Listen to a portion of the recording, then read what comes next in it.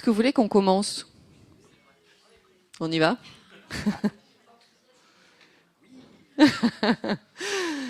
Bon, très bien, bienvenue à tous. Donc, je me présente, je suis Annick Labatte, je suis responsable du 574 Sud. On aura l'occasion de détailler un petit peu les missions de ce lieu, aux chiffres comme ça un petit peu questionnants. Je travaille au groupe SNCF à la direction numérique et j'ai donc le plaisir de vous accueillir pour cette session que l'on a intitulée Startup Grand Groupe, quelle relation? Point d'interrogation. Bonjour et bienvenue. Donc moi je m'appelle Isabelle Armand-Guérino, je fais partie de Thales. Je suis en charge d'animer l'innovation et en charge d'un design center chez Thales. Aujourd'hui, vraiment on est très content de vous avoir et en fait on veut vraiment travailler quand on s'est rencontré avec Annick il y a quelques temps. C'était à l'occasion d'un afterwork justement organisé avec la French Tech. Le but étant de faire rencontrer les startups et les grands groupes.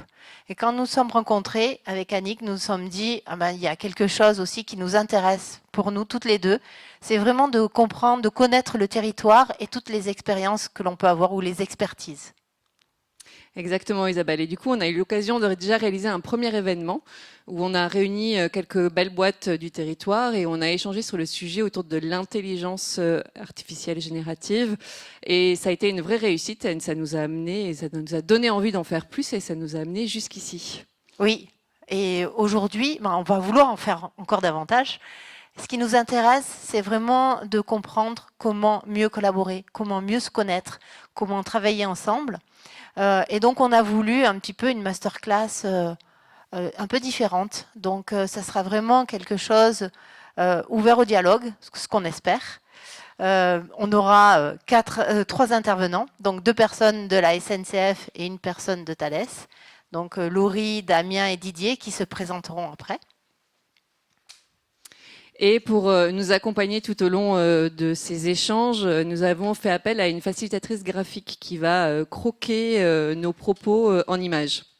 Oui, Marion. Merci Marion. Merci d'être avec nous. On espère pouvoir avoir quelque chose de très sympa. Mais en tout cas, nous quand même, on est un petit peu pressés avec Annick. On a envie de savoir comment tout ceci va se passer. Donc on va peut-être lancer les discussions en donnant la parole à nos 3 intervenants de façon à ce que vous vous présentiez. Et on aura une présentation de 20 minutes et après on vous laissera aussi poser pas mal de questions. Allez, place aux échanges.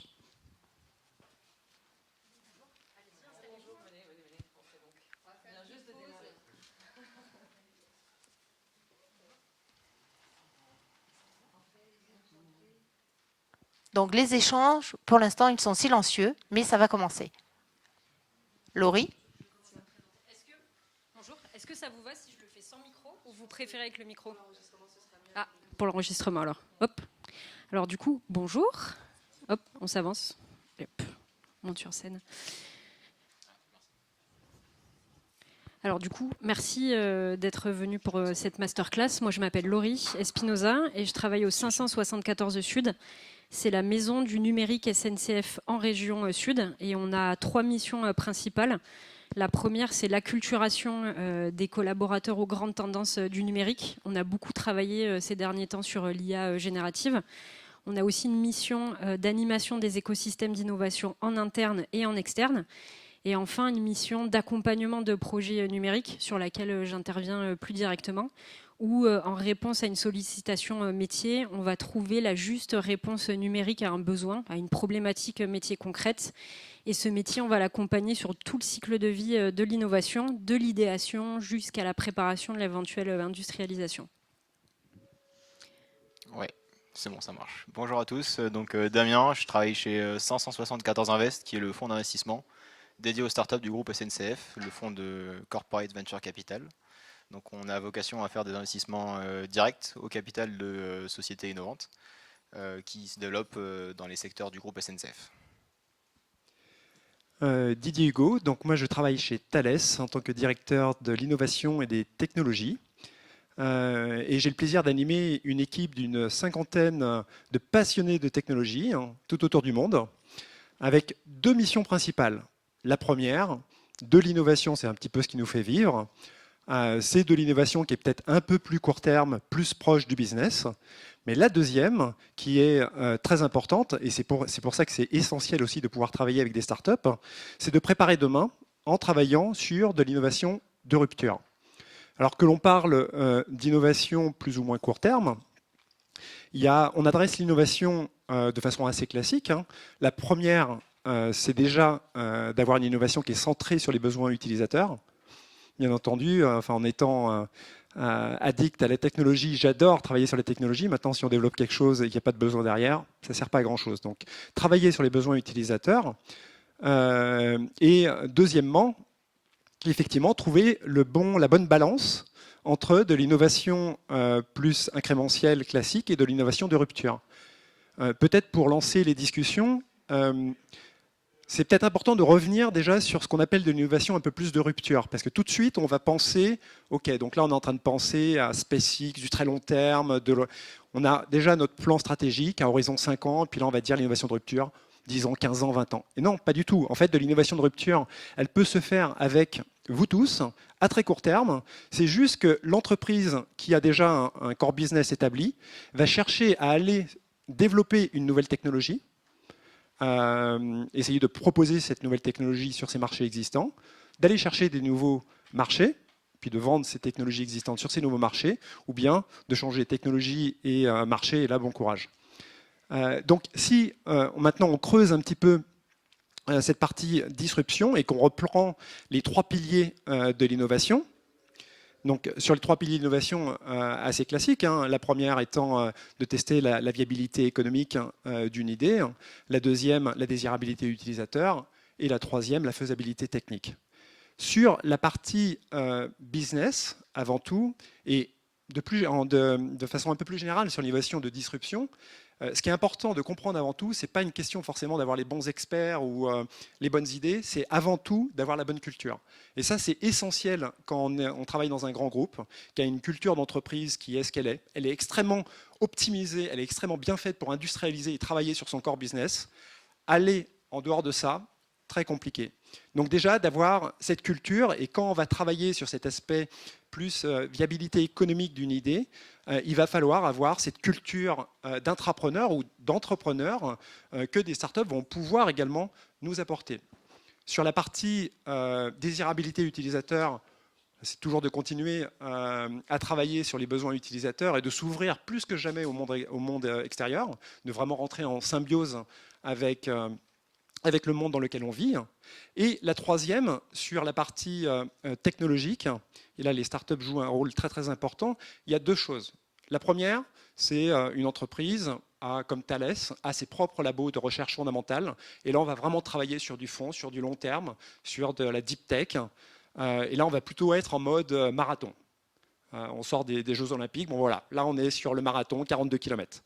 Et à côté de ça, il faut être capable d'adresser et d'être beaucoup plus réactif sur le marché avec récupérer de l'agilité que l'on a plus ou moins dans un grand groupe, et ce que vont nous apporter du coup des startups, où là, c'est vraiment la force des startups d'être extrêmement agile, d'être capable de mettre sur le marché, de tester sur le marché des technologies de façon extrêmement rapide. Et là, on va vraiment être sur le 100 mètres, sur le sprint. Donc c'est toute une question d'arriver à trouver le juste milieu entre la capacité d'industrialiser d'un grand groupe et l'agilité d'une start-up. Et Laurie, côté 574 Sud, comment tu relèves ces challenges ? Alors, oula. Question. Alors. Je m'y attendais pas à celle-là. Sur ce sujet-là de la collaboration grand groupe start-up, je pense qu'on est tous d'accord pour se dire que c'est pas quelque chose de nouveau. On a plusieurs années déjà derrière nous d'initiatives, de programmes d'open innovation. Donc on peut se dire que globalement, la pratique du POC, de l'expérimentation, elle est plutôt bien acquise. Là où par contre, il y a une grande marche à franchir, c'est quand on veut passer à l'échelle, donc quand on veut passer du POC à l'industrialisation. Et ça s'explique par un certain nombre de limites ou d'écueils. Moi, je vois, mais on peut en rediscuter ensemble, 2 grandes familles d'écueils qui restent à traiter. La problématique des achats et la problématique de la gouvernance. Alors déjà, si on commence par les problématiques achats, il y a des process achats qui sont très stricts dans les grands groupes et les startups qui ont parfois du mal à répondre à ces critères très stricts dans les services achats des grands groupes. On a aussi les difficultés liées au cycle de paiement, avec des paiements qui sont souvent très longs, trop longs. Ça peut aller jusqu'à 90 jours, voire au-delà. Et ça peut mettre en péril la survie des jeunes entreprises. Et après, on a aussi des cycles de décision qui sont très très longs. Et des véhicules régulatoires ou des modèles contractuels qui sont très figés et où les startups appellent à justement davantage de flexibilité dans les véhicules contractuels avec les grands groupes. Donc ça, c'était dans la grande famille des problématiques achats. Et ensuite, sur les problématiques de gouvernance, t'en parlais tout à l'heure, Didier, tout ce qui est décalage culturel, donc je vais peut-être pas revenir dessus, mais si on schématise toujours à grands traits, on avait une intervention tout à l'heure de Luc aussi dans l'auditorium qui parlait de culture de la prise de risque, culture de l'échec, etc. On parle aussi beaucoup d'agilité dans le monde des startups versus les grands groupes où on a parfois des choses qui sont un peu plus figées ou lentes à se mettre en place. Et toujours sur ces problématiques de gouvernance, les cycles de prise de décision chez nous qui peuvent être très longs versus des startups qui ont besoin de retours rapides pour continuer à améliorer leurs produits ou leurs services. Donc vous avez peut-être d'autres écueils ou limites dont on pourra discuter tout à l'heure. Mais en tout cas, nous, ce qu'on voulait vous proposer au travers de cette masterclass, c'était d'engager une réflexion collective sur comment est-ce qu'on pourrait les craquer, ces limites ou ces écueils, et finalement, comment est-ce qu'on pourrait améliorer cette collaboration ou la faciliter cette collaboration grand groupe start-up. Et je crois que Didier, tu as des pistes de solutions, de réflexion à nous partager sur ce sujet. Alors, moi, je te rejoins complètement. C'est vrai qu'au début, on se dit, bon, ben voilà, on va essayer de trouver la bonne proposition de valeur avec la startup, de voir comment mieux travailler. Puis une fois qu'on a trouvé le Graal, on se dit, bon, c'est bon, il n'y a plus qu'à. Et alors là, commence le cauchemar des process très très lourds des grandes entreprises. Il va falloir référencer la startup. On se dit, bah oui, ok, mais non, il faut référencer la startup. D'ailleurs, ça passe par tout un cycle, c'est compliqué, quoi. Ah, il faut signer un NDA aussi. Allez, hop, on part au niveau du légal, etc. Donc, avoir des process un peu fast-track pour les startups, ce sont des choses qu'on a mis en place. Pareil, d'avoir un peu des NDA types. Et après, il y a quelque chose qui est important aussi, c'est d'avoir les bons process pour être capable d'identifier ces startups et de les référencer correctement. Donc les identifier, ça veut dire quoi ? Ça veut dire aller travailler, aller dans les réseaux, travailler comme on le fait avec la French Tech et vous rencontrer. D'être capable aussi, on a des programmes d'accélération de start-up pour essayer d'accompagner les start-up qui en ont besoin. On en a principalement deux, une autour de la cybersécurité à Station F et une autour de l'IA à Montréal. Et puis c'est le référencement. C'est d'être capable aussi d'avoir une base de données qui fait que quand on est dans un grand groupe, alors un plus grand groupe encore quand on est à la SNCF, j'imagine, mais une fois qu'on a référencé toutes ces startups, comment on peut savoir qui dans le grand groupe peut en avoir besoin. Donc le fait d'avoir une base de données que tout le monde, n'importe quel collaborateur puisse accéder en se disant à un moment donné, parce que c'est ce qu'on veut faire en fait, c'est pas forcément d'arriver et de pousser en disant bon, tu regardes cette liste de 10 startups, il y en a peut-être une qui va t'intéresser. Non, je pense que le modèle il est différent. C'est qu'à un moment donné, n'importe qui a une problématique à adresser et va se dire comment je peux accélérer mon go-to-market en allant chercher une startup qui va directement m'apporter cette technologie-là. Et une fois qu'on a réussi à franchir toutes ces étapes, reste aussi, pour la partie industrialisation, avoir les capacités d'investissement.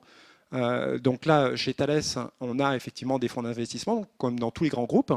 Je pense qu'à la SNCF, Damien, vous en avez aussi un. Si tu peux nous en dire plus. Oui, tout à fait. Merci Didier pour la transition. Donc en effet, je pense qu'il y a dans les corporates une autre porte d'entrée, ou en tout cas une porte d'entrée complémentaire pour les échanges avec les startups, à côté des équipes innovation, à côté des équipes gestion de projet, c'est les équipes d'investissement. De plus en plus au sein des corporates français, il y a des fonds d'investissement directs, des fonds de CVC, Corporate Venture Capital, qui sont lancés pour justement investir au capital de manière minoritaire dans des jeunes sociétés qui évoluent dans les secteurs du groupe.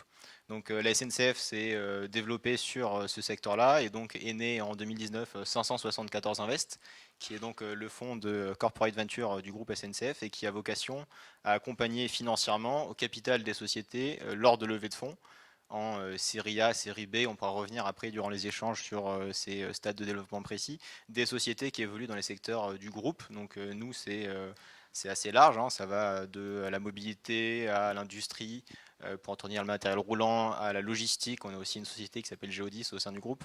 Et puis de manière plus horizontale, le développement durable.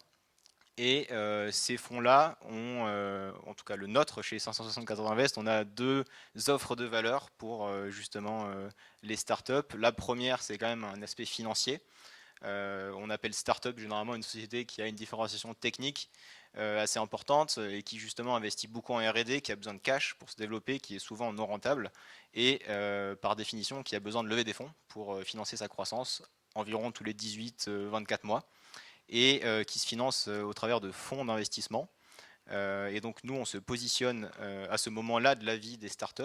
Souvent, en tout cas pour nous, en série A, série B, c'est quand la société a déjà un premier échange avec le groupe, un premier POC, une première forme de collaboration et qu'elle cherche à passer à l'échelle, à passer en commercialisation.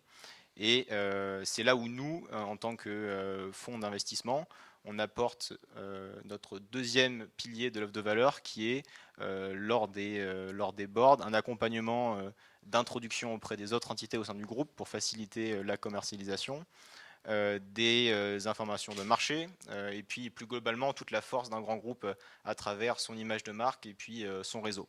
Donc on est complémentaire des fonds de venture capital, on apporte des fonds et en même temps on apporte d'autres éléments davantage qualitatifs à l'entrepreneur pour justement faciliter ces échanges avec les grands groupes et faciliter sa commercialisation. Donc on a une thèse d'investissement, et je ne vais pas être très long, mais je vous la détailler un peu et après on y reviendra dans les questions. On a une thèse d'investissement qui est basée sur, premièrement, le stade de développement de la société. Nous, on investit en série A, série B, donc quand la société fait déjà des revenus. Ensuite, on investit dans des secteurs qui ont un lien opérationnel avec le groupe. Ça, c'est un élément qui est également important si on veut apporter l'offre de valeur dont je viens de parler. Et puis, on investit toujours avec des co-investisseurs. Donc, on n'est jamais le seul investisseur dans la startup lorsqu'elle lève des fonds. On est co-investisseur à côté de fonds de venture capital qui sont financés, eux, par des investisseurs privés, de manière à avoir une table de capitalisation qui soit complémentaire en termes d'offres de valeur. Donc, pour vous citer un exemple, on a investi en 2023 dans une société qui s'appelle 22, qui fait de la vision par ordinateur et qui nous collabore avec les équipes de sûreté ferroviaire, notamment pour la problématique des bagages abandonnés. Voilà, on a pour le moment 5 sociétés en portefeuille et une sixième qui devrait prochainement arriver. Alors, merci à tous les trois pour ces premiers partages. Donc, on est bien d'accord qu'on a juste commencé à effleurer le sujet de nos relations entre start-up et grands groupes, et que l'idée, c'est, si vous en êtes d'accord, que l'on continue à essayer de les construire ensemble et qu'on essaye de voir du coup quels seraient encore les points où il faut qu'on améliore, peut-être un partage aussi de vos bonnes idées. Donc, on a imaginé un petit concept pour essayer de vous donner la parole dans un temps maximum de personnes dans un temps un peu réduit. Donc on vous propose de prendre la parole en 2 minutes en vous présentant par votre prénom et votre structure. Et puis au bout des 2 minutes, si vous étiez un petit peu trop long, vous inquiétez pas, il y aura un petit bruit, on vous laissera deviner lequel, qui vous indiquera qu'il va falloir que vous alliez immédiatement vers la conclusion. Et puis l'idée, c'est qu'on poursuive, si encore une fois ça vous intéresse, ces échanges. On a un petit stand là, SNCF, avec un écran, et on a imaginé avec Marion qu'elle reste encore un petit peu et qu'on continue à co-construire cette cartographie, ce premier constat de nos relations de l'État et des bonnes idées qui seraient encore à déployer. Et avant cela, je vais juste proposer du coup à Marion qu'elle nous fasse un peu sa synthèse, qu'elle vous partage ce qu'elle a commencé à croquer. Et puis ensuite, on vous passera la parole. Est-ce que ça marche? Oui, je vous le mets juste. Hop.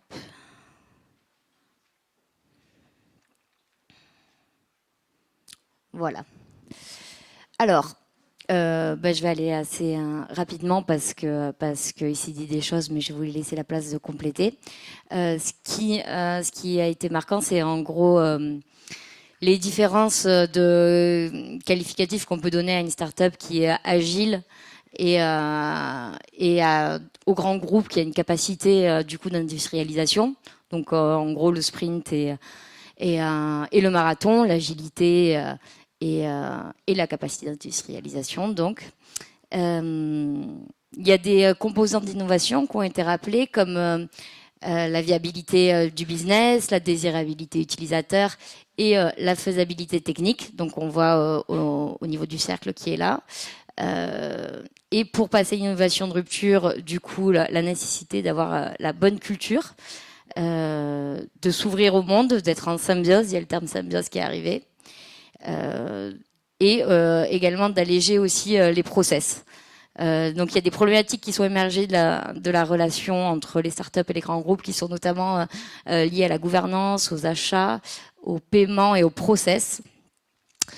Donc on revient à des pistes de solutions qui ont été évoquées, qui est d'alléger les process, améliorer aussi le référencement des startups, de créer une base de données qui pourrait être utilisée et des fonds d'investissement aussi qui pourraient accompagner les startups.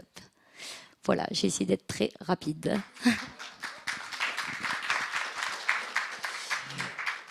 Merci Marion, mais le travail n'est pas terminé parce que maintenant on a besoin de vous. On vous avait dit qu'on voulait une session ouverte et comme l'a présenté Annick, on a besoin que vous nous partagiez peut-être des points où vous vous retrouvez ou alors des points qu'on a oubliés. Et là, vous avez 3 experts qui vont pouvoir répondre à vos questions. Donc, on va se donner 2 minutes par thème de façon à pouvoir en avoir plusieurs, peut-être 6 ou 7. Qui veut commencer ? Et moi, je suis prête à venir. Bon, moi, j'ai fait un marathon, mais le sprint, moins bien.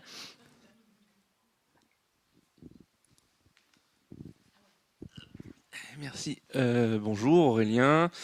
J'ai une agence d'innovation par le design thinking qui s'appelle Atrium. On est né grâce à des grands groupes sur la région. Et une des difficultés qu'on pourrait rencontrer, c'est ce que moi j'appelle le syndrome Game of Thrones. C'est-à-dire que nous, dans les startups, souvent le dirigeant, il est à la tête de sa boîte pendant 10, 20 ans. Par contre, les responsables d'innovation, les interlocuteurs qu'on a en face chez les grands groupes, ils restent 2-3 ans. Et on n'a pas la capacité en fait de construire une relation sur le long terme. Et souvent, on arrête de travailler finalement quand la personne part de son poste. Et on n'a pas cette capacité à recréer le lien en fait avec les boîtes. Alors là, c'était un partage. Est-ce qu'il y a quelqu'un dans la salle qui veut rebondir ou les 3 présentateurs qui veulent rebondir ?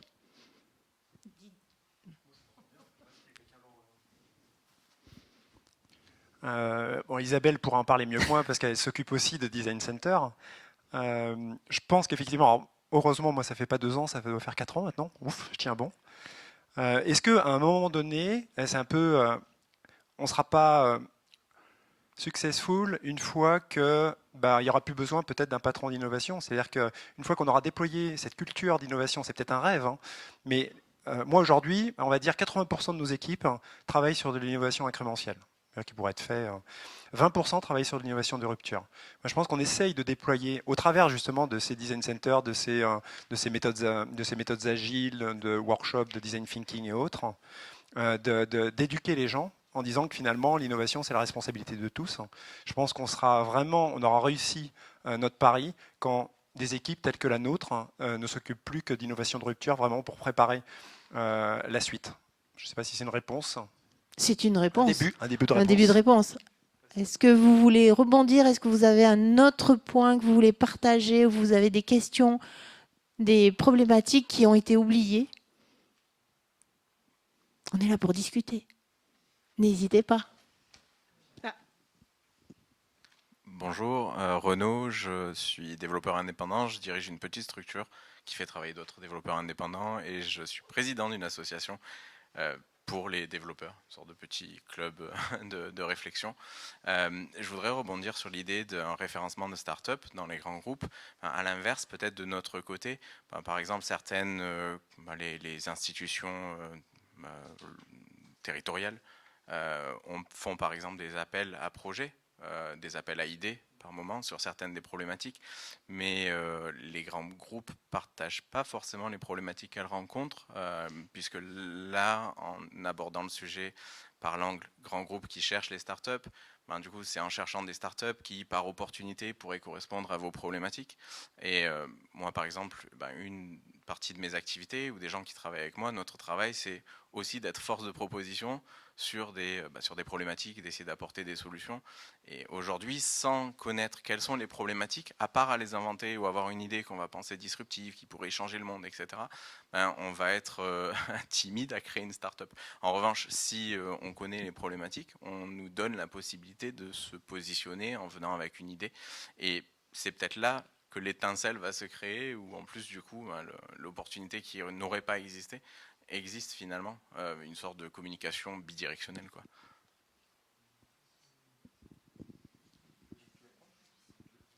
Peut-être rebondir pour ceux qui étaient dans la plénière sur l'intervention de, j'ai oublié le nom de la personne, de la CMA, justement, qui dit on organise un hackathon avec des startups pour essayer d'aborder des...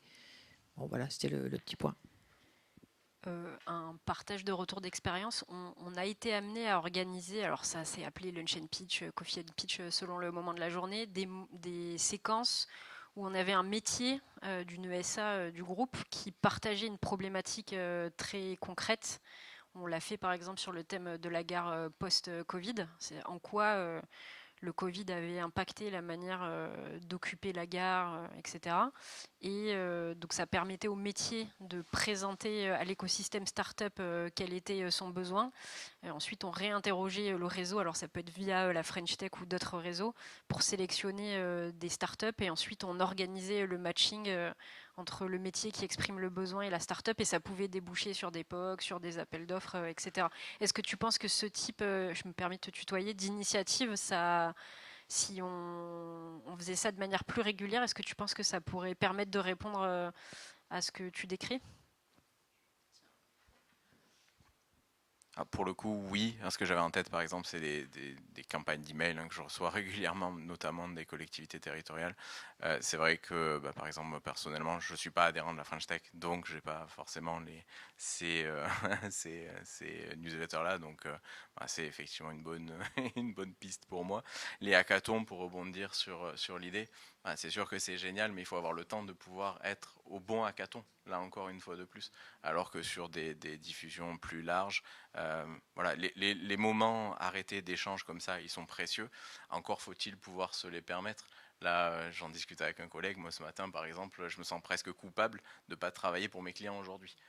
Mais c'est des temps qui sont précieux, qui sont importants. Mais c'est compliqué. Enfin, c'est à la recherche de la bonne opportunité. Alors que la base de référencement pour les startups de votre côté et de notre côté, finalement, une sorte de collection où on peut aller piocher dans les différentes problématiques.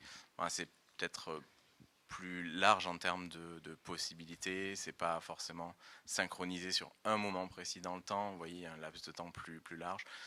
Certaines grosses sociétés, elles ont identifié leurs problèmes. Elles cherchent une solution. Elles font un appel d'offres, par exemple. Ou quand on est trop petit, on est exclu aussi, mais on voit le besoin. Voilà, c'est peut-être ces moyens de communication-là, oui. Moi, personnellement, j'aime bien effectivement l'idée des newsletters. Les hackathons, ça, c'est cool, mais personnellement, j'ai pas le temps d'y aller.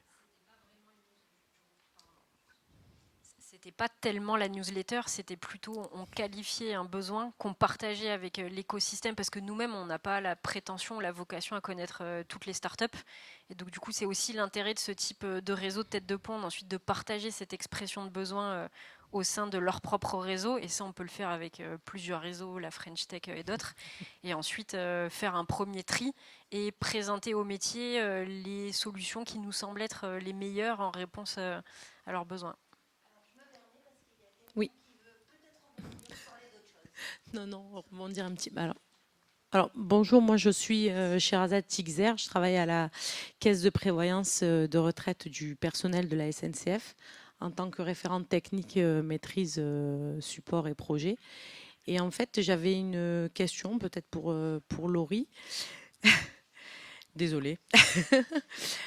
Pour le coup, j'étais plus dans l'interrogation du process de comment ça se passe en fait quand il y a des problématiques émergentes des différentes SA.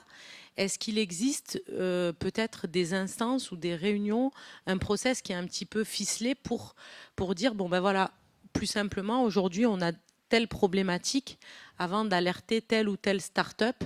Est-ce qu'on se réunit? Est-ce qu'on peut faire un recensement de l'historique? Est-ce qu'il y avait des startups qui répondaient déjà à cette problématique? Est-ce qu'on est lancé sur quelque chose? Et est-ce qu'il y a une certaine régularité sur ce process-là? Parce que dans ma profession actuelle, c'est vrai que l'expression de besoin, elle est vraiment l'étincelle dans le recueil de la problématique et elle va être impactante pour la suite, sur la définition du besoin, sur où est-ce qu'on va chercher la résolution, qu'est-ce qu'attend le client, enfin tout ça. C'est vrai que c'est très important et finalement, bon, je ne sais pas si je suis arrivée un peu plus tard, je suis arrivée un peu en retard, désolée, mais je ne sais pas si vous l'avez évoqué, est-ce que la source, elle est bien analysée ou est-ce que aujourd'hui on fait avec les problématiques émergentes quand elles arrivent et la grosseur du souci. Voilà. Merci pour ta question. Je pense que ça met en lumière une des clés de réussite de l'accompagnement qu'on propose au métier. C'est tout le travail qu'on appelle, nous, de qualification, qu'on engage avant même de lancer l'accompagnement à proprement parler, parce que nous, on fonctionne en mode guichet ouvert. Donc souvent, c'est le métier qui nous envoie un mail, j'exagère à peine, en 2-3 lignes en disant « j'ai telle problématique, help ». Et on passe beaucoup de temps avec le métier. On a des fiches d'émergence qui sont préétablies où on lui pose un certain nombre de questions pour s'assurer qu'on comprenne bien le besoin. Et voilà, on challenge le métier. Ça nous permet aussi de se demander si le numérique, c'est vraiment la bonne solution. Je prends l'exemple là d'une entité qui nous demande une solution numérique pour faire de la gestion de salle. Est-ce que tout simplement c'est pas du change et est-ce que faire de la serrure connectée, enfin il y a beaucoup de techno push et des fois juste revenir à des pratiques de change c'est suffisant. Et une fois qu'on a fait ce travail-là, qu'on se dit ok, on peut t'accompagner, le numérique ça peut être une réponse pour toi, on fait aussi un gros travail de recensement de l'existant parce que on est un grand groupe et il y a très certainement un collègue ailleurs qui a déjà eu la bonne idée confronté à la même problématique et donc on passe beaucoup de temps et qui a testé donc on passe beaucoup de temps à mobiliser nos réseaux pour identifier d'éventuelles solutions similaires, récupérer des retours d'expérience, partager ça au métier. Et s'il n'y a vraiment rien de concluant, là, on peut lancer du sourcing de solutions nouvelles. Voilà, est-ce que ça répond à ta question ?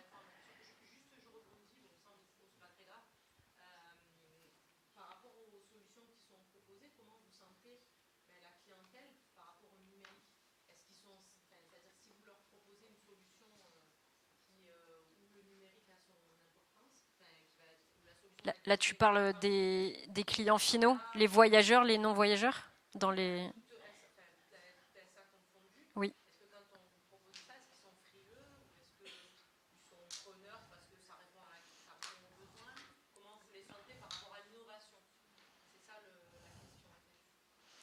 Alors ça, c'est un peu difficile de te répondre parce que ça dépend... Oui, je ne sais pas si Didier... Oui, je ne sais pas si Didier, tu veux rebondir là-dessus. Alors, on a une question aussi. Donc après, je ne sais pas si... On peut poursuivre les échanges sur le stand si tu veux. Ah, c'est une bonne idée. On prend la dernière question. Donc il faut que je sois rapide, c'est ça?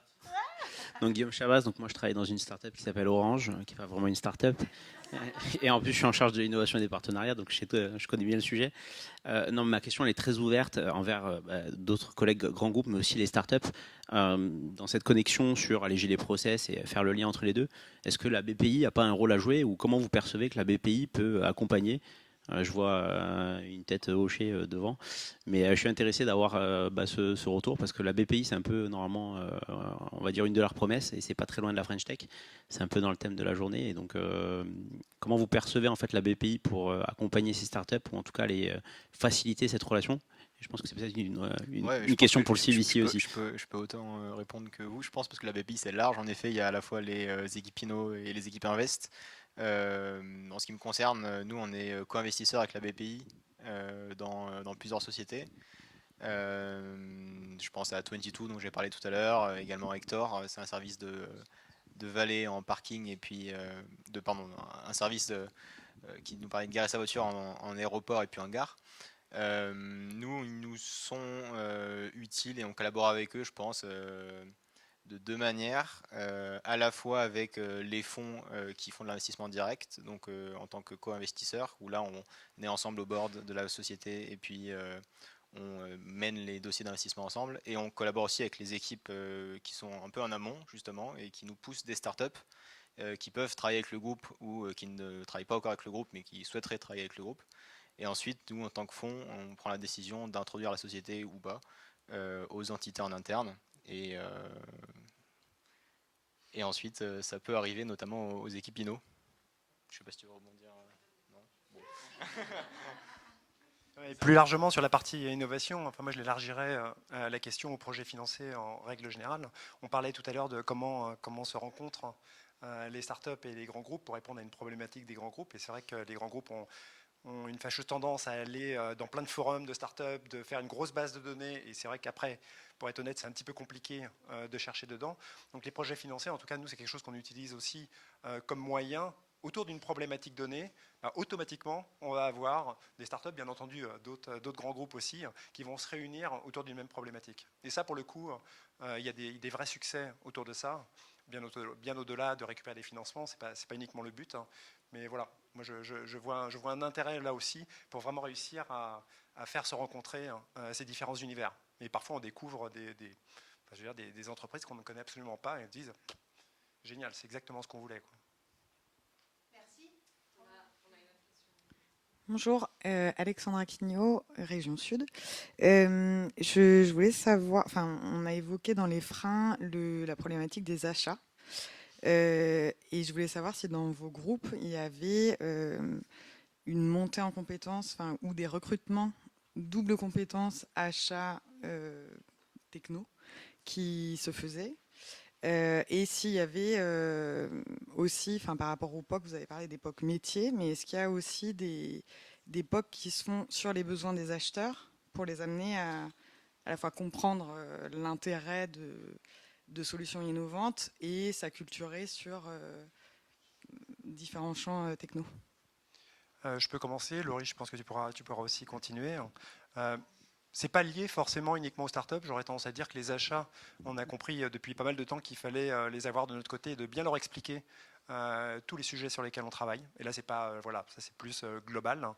Après, comme je le disais, en fait, c'est une question de culture. Donc, ça veut dire que quand, effectivement, on va mettre en place un process et qu'on a réussi à mettre un process de fast track pour onboarder des startups, ça veut dire qu'on a réussi. C'est-à-dire que les achats sont convaincus du besoin, on leur a expliqué, on les a amenés sur des projets avec nous pour leur faire comprendre et toucher du doigt la problématique que l'on peut rencontrer. Et ça, c'est vrai pour les achats, mais comme je le disais, c'est vrai aussi pour toutes les différents métiers. C'est vrai aussi pour le légal. Le légal, c'est à ne pas négliger, quoi. C'est-à-dire que dès qu'on rentre en relation avec une autre entreprise, quelle que soit sa taille, il va y avoir des discussions légales. Donc ça veut dire que le légal, il faut aussi acculturer. Et il faut avant tout aussi acculturer nos dirigeants, parce que sans, en fait, on peut avoir toute la bonne volonté du monde. Si on n'a pas un vrai sponsorship de nos dirigeants, surtout dans les grands groupes, ça reste très compliqué. Ça facilite énormément de choses.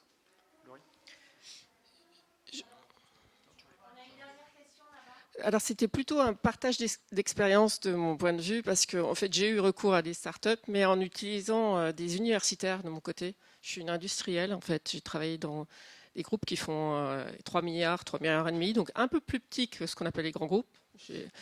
Mais en tout cas, l'intérêt, c'est que j'avais la R&D et j'avais les achats aussi. Donc, dans ces groupes-là, on peut aussi adapter les processus plus facilement, les processus achats et avoir ce type d'approche.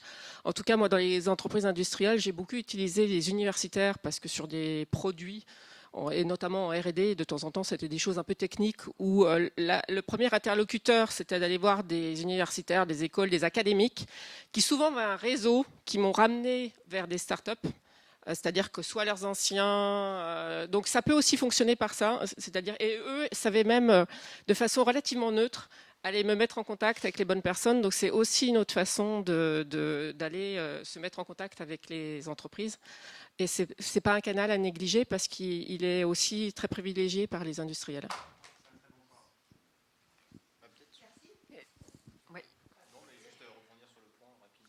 Il y a le design thinking aussi qui peut C'est que rebondir. les écoles également ont de plus en plus des fonds d'investissement, alors qui interviennent souvent à un stade plus précoce que nous, souvent au stade du site, de l'amorçage.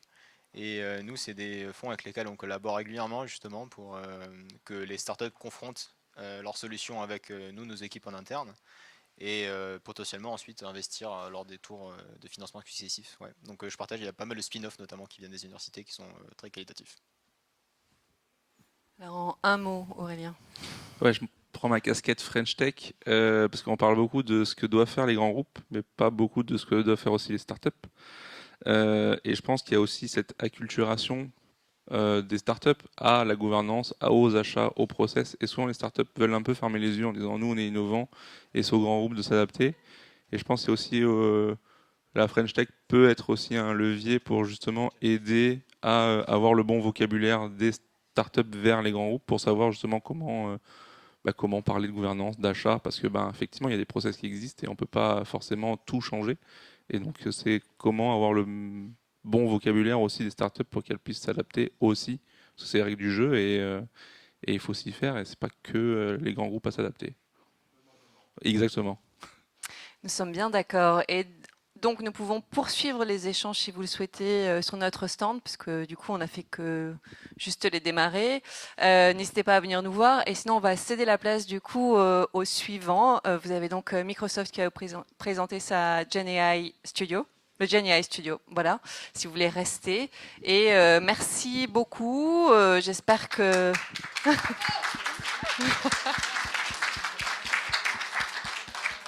Et surtout, aller enrichir la fresque. Ouais, continuez à venir échanger. Ouais. Je pense qu'on a encore plein de choses à dire. Et merci aux speakers. Merci beaucoup. Au revoir.